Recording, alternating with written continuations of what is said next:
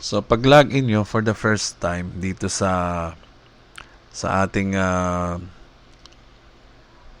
dashboard, ito ang bubungad sa inyo. Ipapa-update kagad ng company. Kailangan i-double check nyo yung details nyo kung tama. Minsan kasi yung mga nag-encode, di ba, nagkakamali.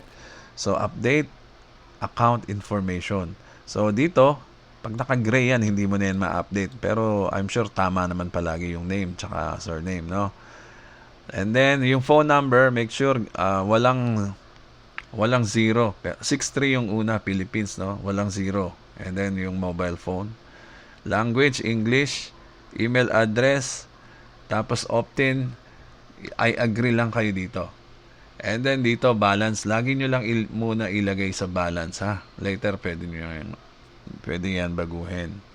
And then, address, double check nyo lang. Tandaan nyo, itong street address na to, ayaw tumanggap ito ng mahaba na address. Kaya kayo hindi maka-proceed. So, iksian nyo lang yung address nyo dito sa street address na to. Okay, ito block, number, etc. And then, city, region, and then postal code. Pagdating dito sa credit card, ayan o, lalabas ganyan, di ba? Huwag nyo muna lagyan ng credit card. So, ilagay mo yung check dito sa checkbox. And then, dito naman, yung username mo, ilagay mo dito. Tsaka web alias na to, ay ilagay mo na rin dyan yung username mo. Ibig sabihin, yan yung dulo ng invite link mo. So, pag nakita mo, kompleto na, lahat, okay na, wala nang i-correct. Ayan. I-submit mo na. And then yan. One last check. Dito sa page na to, babasahin mo lang yan. Babasahin mo lahat ng information. Pag okay na, basta ang tandaan mo yung username mo, pwede mong baguhin yung username mo dito sa dito sa form na to. Pag hindi ka masaya sa username mo, tandaan nyo nababago para sa final submission. So, kung okay na lahat yan, pwede nyo na yan accept.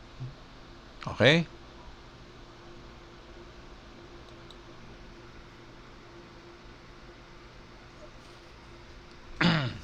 Ito. Meron pang last step dito. Dito maraming nagkakamali. Itong bar na to, hindi lang nakikita, may tick mark yan. Tingnan mo. Teka. Pakita natin sa inyo. Ayan. Marami kasing nalilito dito.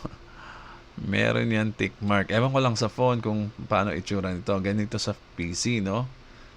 Itong tick mark na to, kailangan mo i-check yan. Kasi pag na-miss out mo yan, hindi ka makaka-proceed. Dito, pipirma ka. Ayan naman siya. Tapos, ayun, tingnan mo, ayan, kunyari.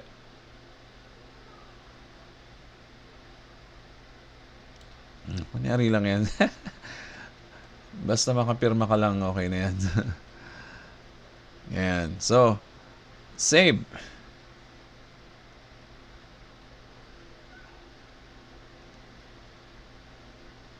Save, ha?